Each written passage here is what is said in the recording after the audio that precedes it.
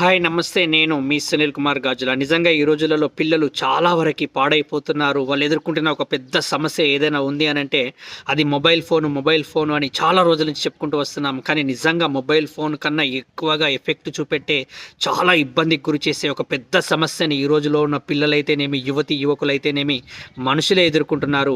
అదేంటి అనంటే junk food. నిజంగా నువ్వు ఒక్కసారి ఆలోచించే ప్రయత్నం చెయ్యి. నువ్వు ఎటువంటి ఆహారం తీసుకుంటున్నావు అనేది.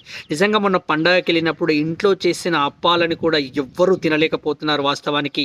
ఎందుకు అనంటే అవి రుచించట్లేదు మనిషికి. మొత్తానికి రోడ్ మీద దొరికే ఆహారం పైన ఆధారపడిన వ్యక్తులు ఈరోజు వారి యొక్క ఆరోగ్యాన్నంతటిని కోల్పోయి శారీరకంగా, మానసికంగా వీక్ అయిపోయి ఏ పనిలోనూ ముందుకు వెళ్ళలేకపోతున్నారు.